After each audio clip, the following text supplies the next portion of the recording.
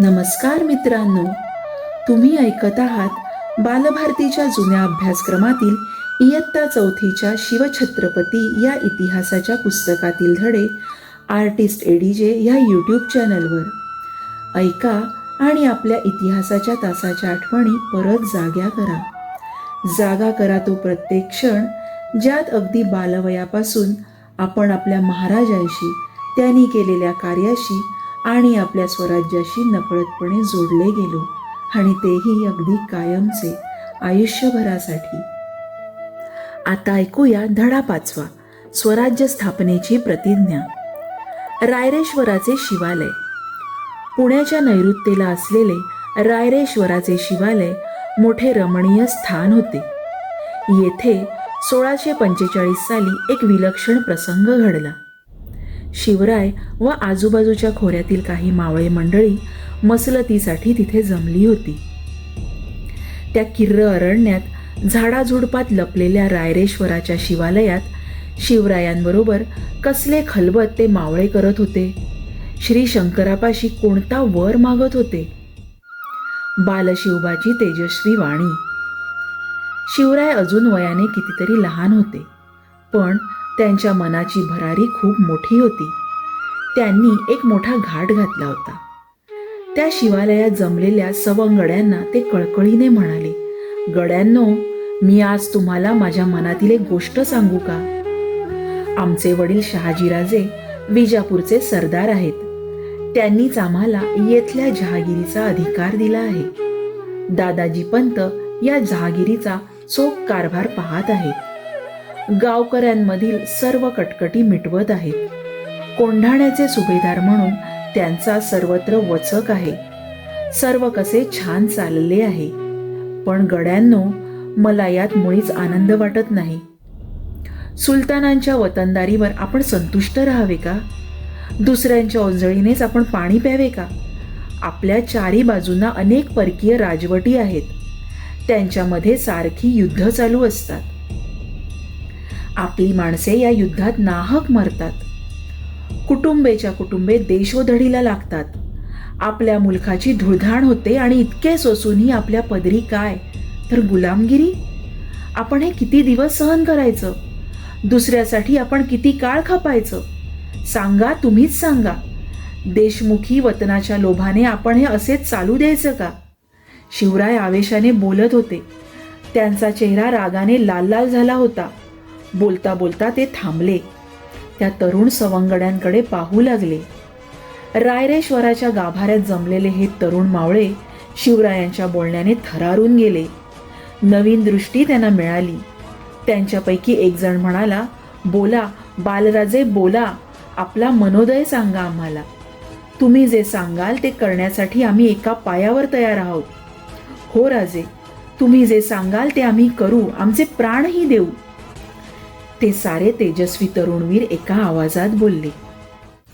स्वराज्याची शपथ. मावळ्यांच्या या शब्दांनी शिवरायांना स्फुरण चढले. एकेकाकडे पाहत ते आनंदाने म्हणाले, गड्यांनो, आता आपला मार्ग ठरला. आपल्या ध्येयासाठी आपण सर्वांनी झटायचे, सर्वांनी खपायचे, सर्वांनी प्राणही अर्पण करायचे. ते आपले ध्येय म्हणजे हिंदवी स्वराज्य. तुमचे, माझे, साऱ्यांचे स्वतंत्र राज्य स्थापन करायचे. परक्यांची गुलामगिरी आता नको. उठा, या रायरेश्वराला साक्ष ठेवून आपण प्रतिज्ञा करू. स्वराज्य स्थापनेसाठी आता आम्ही आमचे सर्वस्व वाहणार. सारे मंदिर शिवरायांच्या शब्दांनी घुमू लागले. हिंदवी स्वराज्याच्या रूपाने हे राज्य व्हावे असे श्रींच्या मनात आहे. श्रींचे मनोरथ आता आपण पूर्ण करूया. शिवराय शेवटी निश्चयाने बोलले. रायरेश्वराच्या शिवालयातून सारे मावळे बाहेर पडले, ते स्वराज्याच्या आणाभाका घेऊनच. शिवरायांचे मन उचंबळून आले. ते पुण्यास येताच तडक लाल महालात मातोश्रींकडे गेले. घडलेला प्रसंग त्यांनी जिजाबाईंना सांगितला. त्या माऊलीला धन्य धन्य वाटले. आपण मनी जे धरले ते बालराजे पूर्ण करणार अशी आशा, असा विश्वास त्यांना वाटू लागला. मावळ खोऱ्यातील जमवाजमव. शिवराय आता आपल्या नव्या उद्योगाला लागले. मावळ्यांना घेऊन ते तलवारीचे हात करू लागले. घोडदौड करावी डोंगरातील आडमार्ग शोधावेत, खिंडी घाट चोरवाटा निरखाव्यात, असा त्यांचा नित्यक्रम सुरू झाला. शिवरायांनी मावळ्यांची अंतःकरणे जिंकून घेतली. तरुण मावळे शिवरायांसाठी वेडे झाले. शिवरायांसाठी जगायचे, शिवरायांसाठी मरायचे असे ते मानू लागले. शिवरायांचे हे उद्योग बघून दादाजी कोंडदेवांचे मन उचंबळून यायचे. पण एखादे वेळी त्यांना भीतीही वाटायची. त्यांना वाटायचे शिवरायांच्या या हालचालींमुळे विजापूरचा आदिलशहा जागा होईल, मग त्याच्या फौजेपुढे शिवरायांचा निभाव कसा लागेल. दादाजी बेचैन होत. पण शिवरायांनी त्यांना निश्चयाने सांगितले, हे राज्य व्हावे ही श्रींची इच्छा आहे. दादाजी म्हणाले, राजे, मी शहाजीराजांचा इमानी नोकर. आपल्या कल्याणावरच माझे चित्त. सुलतानाचे बळ प्रचंड. त्यांच्या विरुद्ध तुम्ही उठाव करणार. तुम्ही लहान, तुमची शक्ती लहान, म्हणून भीती वाटते इतकेच. एरवी तुम्ही हाती घेतलेले कार्य थोर आहे. कुणीतरी हे कार्य हाती घ्यायलाच हवे. तुम्ही पुढे व्हा. देवाचे आशीर्वाद तुमच्या पुण्य कार्याला आहेत. साधू संतांचे आशीर्वाद तुमच्या पाठीशी आहेत. जिजाई मातोश्रींचे आशीर्वाद तुमच्या पाठीशी आहेत. तुम्ही यशस्वी व्हाल. जिजामाता आणि दादाजी कोंडदेव यांचे आशीर्वाद मिळाल्यावर मग काय, शिवरायांच्या हालचालींना उधाण आले. समुद्राला भरती यावी तसे. शिवरायांनी पुण्याभोवतीचे सर्व कोट किल्ले आपल्या सवंगड्यांसह बारीक नजरेने न्याहाळले. चोरवाटा, भुयारे, तळघरे, दारुगोळा, हत्यारे आणि शत्रूंच्या फौजांची ठाणी यांची खडानखडा माहिती मिळवली. मावळांतील सोबती. मावळात ठिकठिकाणी काही देशमुख मंडळी आपली वतने सांभाळत बसली होती. त्यांना आपल्या वतनाचा विलक्षण लोभ होता. वतनासाठी ते आपापसात भांडत. या भांडणात मराठ्यांची शक्ती उगाच वाया जात आहे हे शिवरायांनी ओळखले. त्याला आळा घालायचे त्यांनी ठरवले. दादाजी कोंडदेवांबरोबर शिवराय देशमुखांच्या गावांना भेटी देत, त्यांची समजूत घालत, स्वराज्याच्या ध्येयाने त्यांना भारून टाकत. शिवरायांनी त्यांना गोड शब्दांनी आपलेसे केले, पण काहींनी दांडगाई केली. त्यांनाही शिवरायांनी वठणीवर आणले. मराठ्यांचे आपापसातील जीव घेऊ झगडे त्यांनी थांबवले. जो तो त्यांना धन्यवाद देऊ लागला.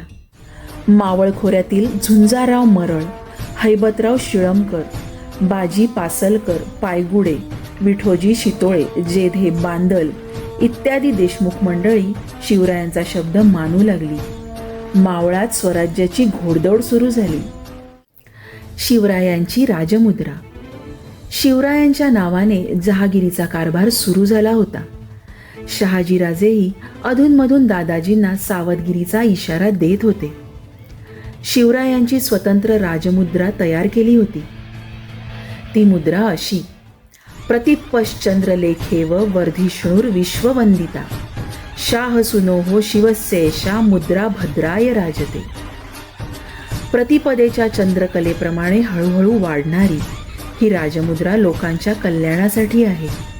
साऱ्या विश्वाला वंद्य होणारी आहे, असे बोलणारी ती राजमुद्रा म्हणजे स्वराज्याचा शुभशकुनच होता. त्या काळात राजमुद्रा बहुधा फारसी भाषेत कोरलेल्या असत, पण शिवरायांची मुद्रा संस्कृत भाषेत होती. स्वराज्य हवे तशी स्वभाषा हवी, स्वधर्म हवा. शिवरायांनी आपला कारभार लोककल्याणासाठी सुरू केला आहे हे साऱ्या मावळ्यांच्या चटकन लक्षात आले. मित्रांनो, इथे दादोजी कोंडदेव यांच्या नावाचा उल्लेख दादाजी कोंडदेव असा केला आहे. हे पुस्तक जसेच्या तसे वाचायचे ठरल्यामुळे तो उल्लेख दादाजी कोंडदेव असाच ठेवला आहे. धडा 5 इथे समाप्त होत आहे.